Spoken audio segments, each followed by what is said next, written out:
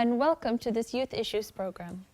As young people, we face many challenges, and our goal is to talk about these challenges and to provide solutions for them.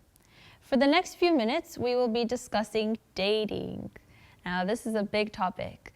My name is Anna, and helping me to talk about this big topic are my friends Sam, who is a single pastor who loves to travel, and Matthew, who is a newly married pastor, and he really loves sports.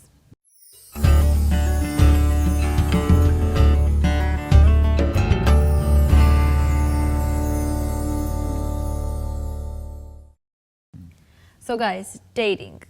When I hear about dating, I always hear this thing about finding the one or finding your, what's the word? Soulmate, yeah. What's this thing all about? I think it's the idea that there is one perfect person out there for each one of us. Personally, I don't buy it. Okay. To be honest with you, I think I don't buy it at all. It's a nice kind of romantic notion, but even on a practical level, it doesn't work. You know what I mean? There have to be like 50% women, 50% men in the world. There's just not, statistically speaking, enough people to make it work. But on a more, I guess, local level, I don't really buy into it because I think it removes the element of choice. If there is a soulmate for me, someone who is perfect for me that I'm destined to find, then I don't actually get a part of the process. I'm not involved in it, in actually searching and selecting and choosing. And I think that as a Christian, in my experience as a Christian, I've always felt that God has shown me that he wants me to make decisions about the big things in my life. And he'll help me in those decisions, but he will lead me. And so if there was a soulmate, it would just remove that element of choosing. And the person you end up with is such a big part of your life. He was going to want me to play a part in it, I think, personally. I agree. I agree. I think that we need to dispel this notion that God necessarily, I don't know, splits the sky, points his hand and says, there, that's the one over there. I think that God is really interested in our choices. He's interested in us making selected decisions based upon reason, wisdom, based upon what we feel his direction is. And he enjoys that dance with us, if you will. And he wants us to be able, hopefully, to make healthy decisions, that we can pick someone and be dedicated to that choice in finding out more about them and let it grow from there. So yeah, I dispel the notion of the one. Yeah. Okay, I see what you both are saying, but say I'm a young person and there's plenty of nice guys out there who have shown some interest in me, but I just don't feel like they're right for me. What about that? Am I not waiting for my soulmate? They're not the one, so how do I know if I found the right person?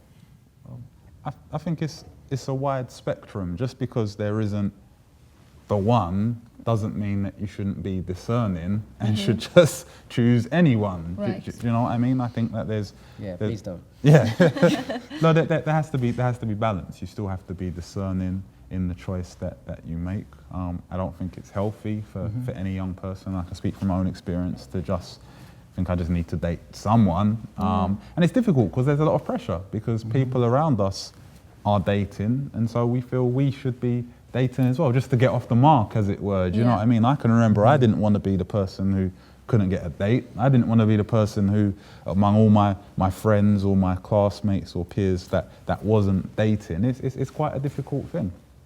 I've asked the same question to myself many times, and I guess for me, the older I've got, I've tried to pan the camera out of me and, out of others and put it more on me. It's less, now for me, it's less about, oh, there's so many people, what do I do? And it's more about, I need to sort myself out. Dating is a very broad term and different people have different definitions for dating, but at least for me, personally, I understand dating to lead towards marriage eventually, a committed relationship. where I spend the rest of my life with somebody. And so based upon that premise, I kind of need to be ready for that. And so therefore more of the focus is put on me to be the right man. And I guess there is a huge level of faith to know that the right woman will come along to fit that, if that makes sense. Yeah, I mean, what you're saying makes sense. But say Matthew, you're newly married. Mm-hmm. When did you know that your wife was the person that you really wanted to be with? Okay. The day he laid eyes on her. Love at first sight. No. I mean, I don't believe in that one either. I sound really unromantic, not believing in these notions like love at first sight and stuff. I've come to learn, and again, all the things I've learned have just been from experience and bad experience and making mistakes.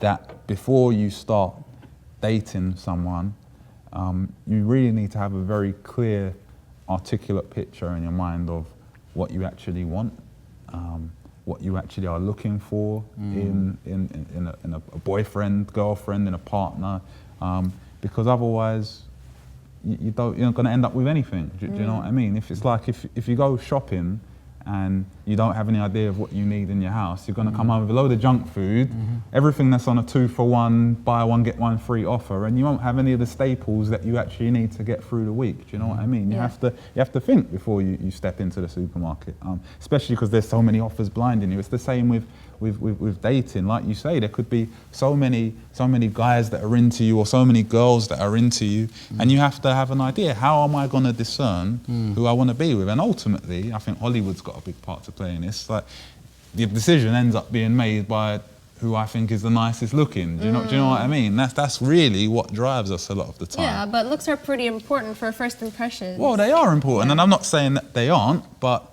there are other important things as well. But a lot of the time, we just get sidetracked by this person's attractive, or yeah, they're really nice, they're really cute, and they're not actually a good fit for us at all. Could I just add to your point? Because I agree with what you're saying, but like I don't feel that anybody can 100% know exactly what they want. I think that we can have ideas and we can work towards it, but many times we can necessarily be shocked as to what potentially we were attracted to, or what necessarily we. Yeah, I think what we want changes over time and we start to learn about ourselves. But there is a level of understanding about ourselves which I do feel we need to get to understand that I am this kind of person and I like these kinds of things. I'm a fun-loving, outgoing person. I love to be in nature. I love random, spontaneous road trips where you don't plan, you just drop everything at the cuff and you just go. And 6 hours later, I'm in Scotland. There's not... I know a few women who probably wouldn't be on that continually, but at the same time, I would need to try and find someone who complements that aspect of my character. But that's important to know that's the type of person that I am.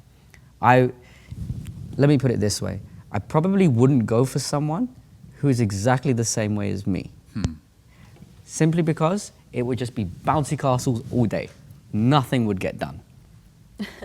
As simple as that. Okay. Because we just have fun. We're just all about the fun. Yes, and that's one of the priority characteristics about me. I would need someone to balance me. But you need to have fun as well. I agree. But it's about understanding. That's what I understand by understanding myself. Okay. So you're both saying that you have to know about yourself before you start learning about other people who you want to date. Okay, so when is this? Is it when you're 13 or when you're 25? When am I ready to date? About 60 should be fine. No, I think that learning about yourself is a process, and it's all your life you learn about yourself. I would say you learn more about yourself through relating to people and connecting to people. Friendships and family is where you learn less about yourself sitting in a room, just closing the door and just staring at the wall. You need people to talk to and relate to, and it's only through those interactions you find out about, oh, I get angry about that. Oh, I don't like that. Oh, I love that. Oh, that's cool. No, that's not cool. And from when you're young, 13, I remember when 13, 14, 15, hormones are just going crazy. You've only got one thing on your mind, and you need to kind of relax yourself in just paying attention to just simply relating to people and developing strong and healthy friendships. Hold on, is this face-to-face or does Facebook and Twitter count? Oh, come on, man. We know that social media is just this huge wall that we put up against each other. It's not real. It's this blockade, it's this mask that we use. Really relating does come one-to-one. It does come groups. It does come trying to just understand each other's characters, and through that understanding each other. I think, at least for me, I'll speak for me, growing up as a young teenager, there was a huge pressure to be dating. And there's such a broad term, but for me now, dating can only really happen if your mind is really cued on settling down and getting married. At 13, that was not on my mind.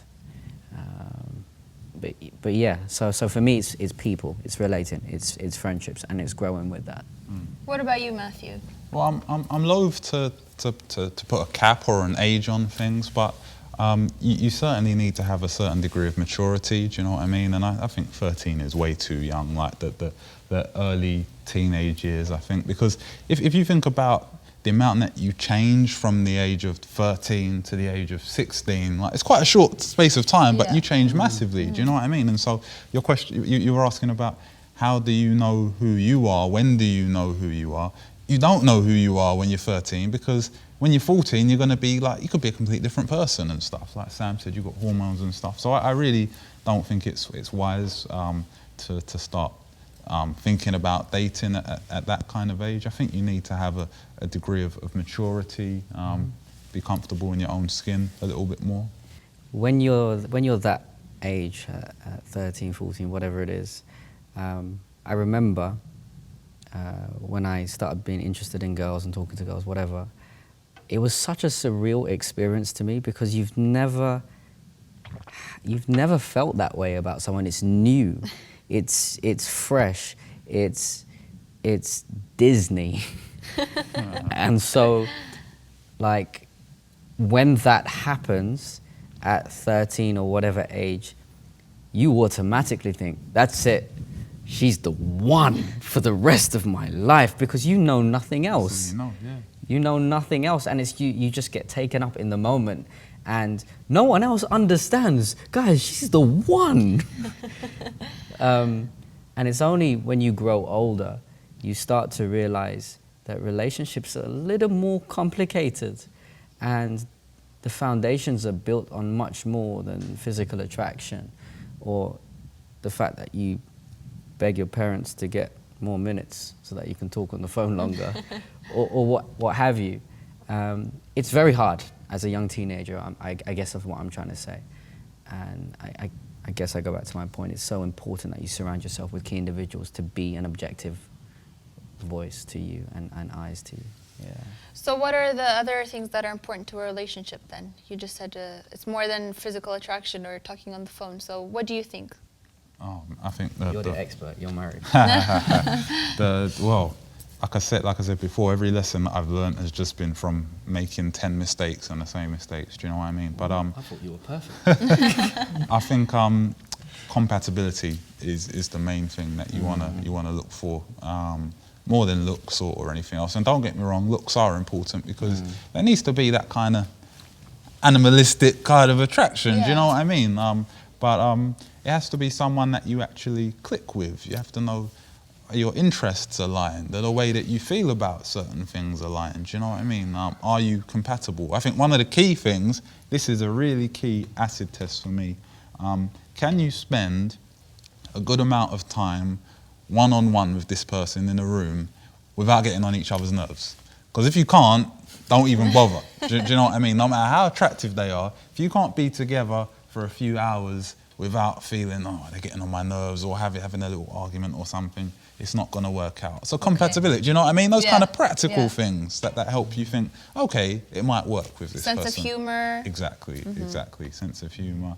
And then just even looking a little further down the road, what are their aspirations? Do they want to have a career? Do they want to have a family? Like that can really be a roadblock very early on. If they don't ever want to have a family and kids and you do, or you don't and they do, it's not going to work. Do you know what I mean? This is one of the things for me that I always found was one of the biggest difficulties in dating, and it's that when you meet someone and you like them, you want them to see you in as good a light as possible. So you do your very best to suppress every bad habit that you know that you have. You put your best foot forward, like you just put your A game on, do you know what I mean? And so in essence, what I'm then showing this girl isn't Matthew, but it's like Matthew 2.1. It's like a better, more refined, polished version of myself, which might make her think, oh, he's really great, but it's not actually real. Do you know what I mean? It's just 6 months passed by. Well, this is it. It's just a veneer,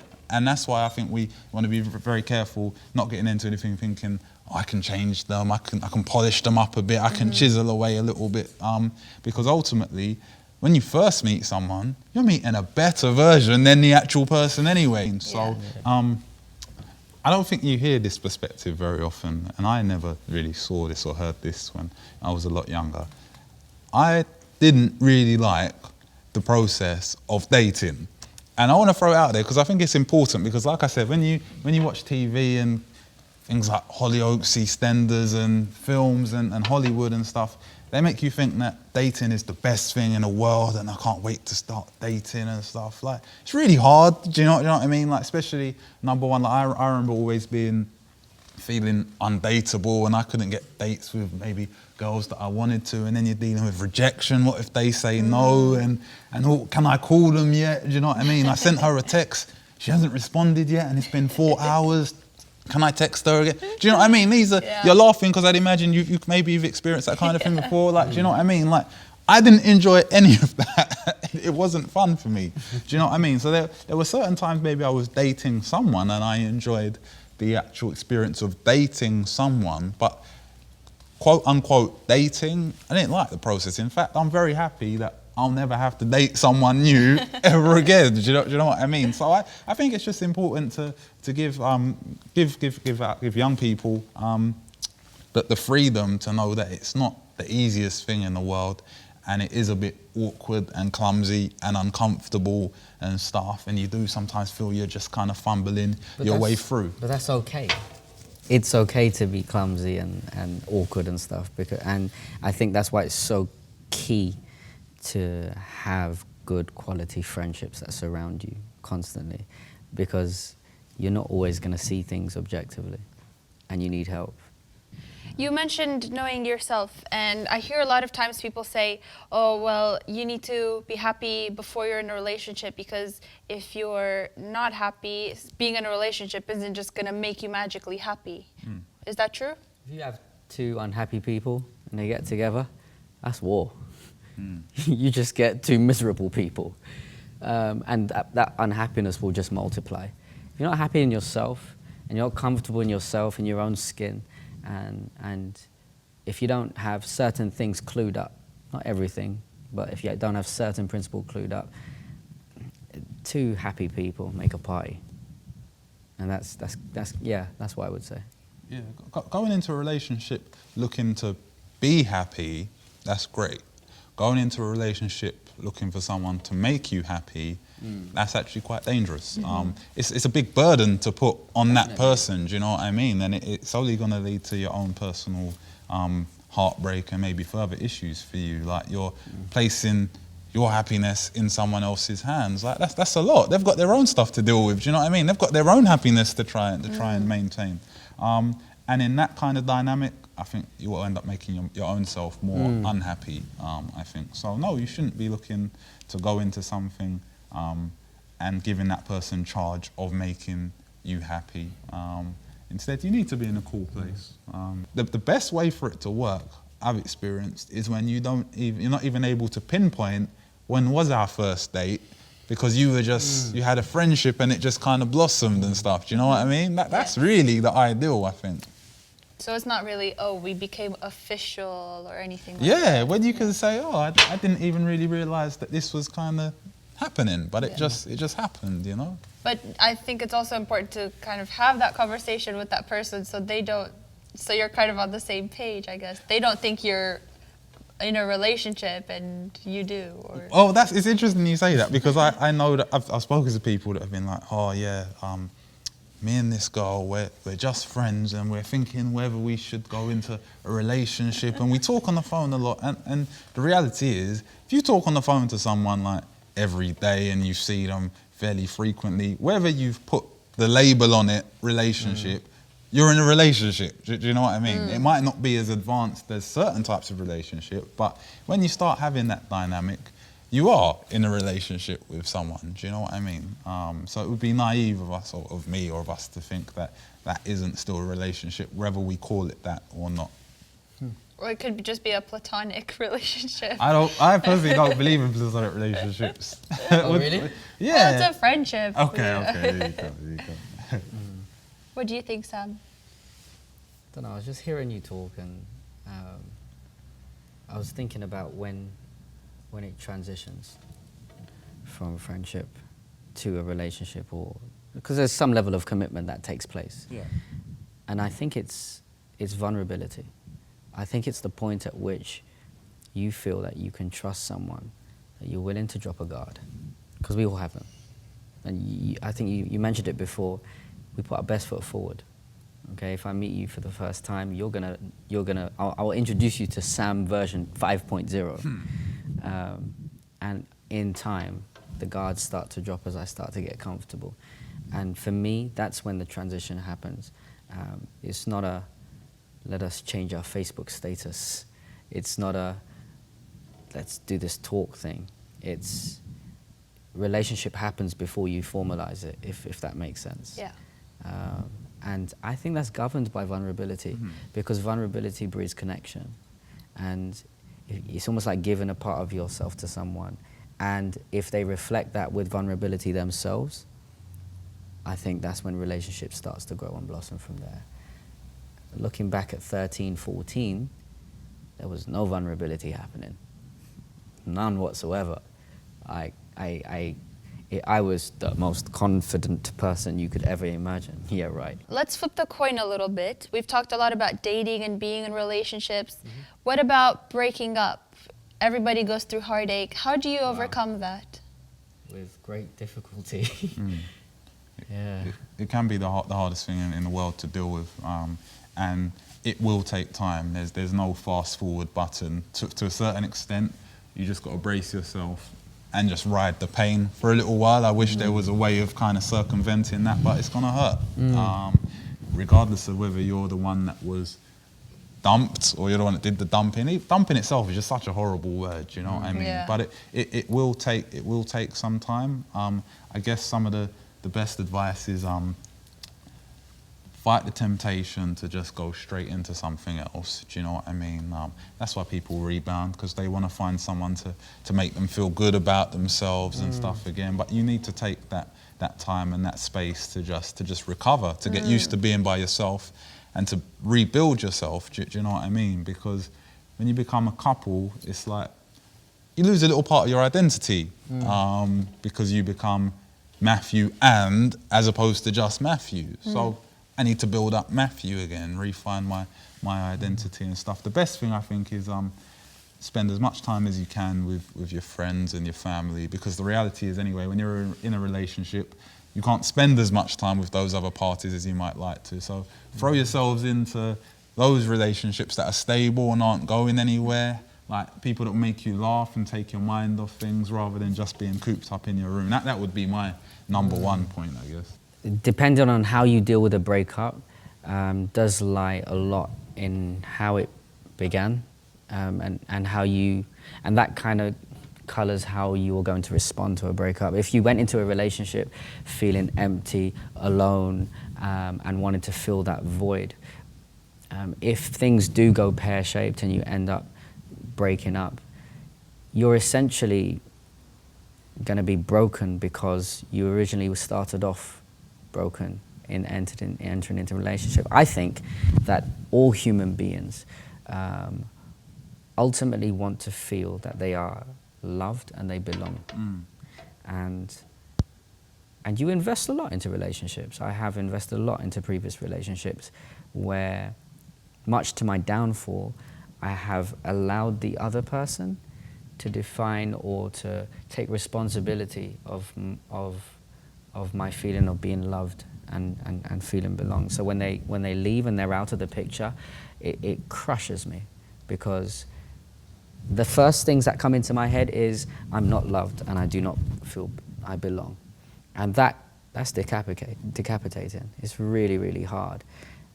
And to me, this is why I'm so thankful for being a Christian, actually, because my sense of feeling loved and wanting to belong doesn't need to come from someone else. It only needs to come from God, because God doesn't break up with me. And I don't want to sound so cliche, but that's the reality of what has helped me over the years. I'm not saying I've always felt that. I have not. I've been so broken in some breakups.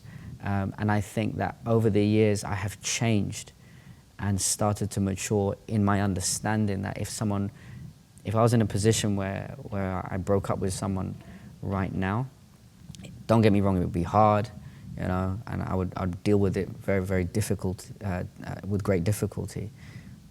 But I know that my God loves me, and that keeps me afloat to rebuild, because that's what it's about, rebuilding and becoming stronger. Also, another thing that I've always dealt with is the blame game. Oh, it's my fault. Oh, it was your fault. It was what? It was a choice that two people made, and that choice never worked out. Isn't that life? That's how it goes. But for me, a big part of trying to deal with a breakup is understanding of where your value comes from. If your value comes from someone else, I would say to myself years ago, and to others, know that you are loved and belong by, and you belong to God. And that changes a lot for me. That changes a lot for me. And I think that's a great place where we can conclude this. Are there any pieces of advice or anything that you want to leave someone who is young and dating? Any final message? Compatibility, that's the most important thing for me. Know what you're looking for before you go looking for it. Otherwise you're just fumbling around in the darkness. Work hard at understanding it's not about two people, but it's about three. I believe in God with all my heart, and it's two people trying to get closer and closer to each other with the help of one person who can see everything and know all.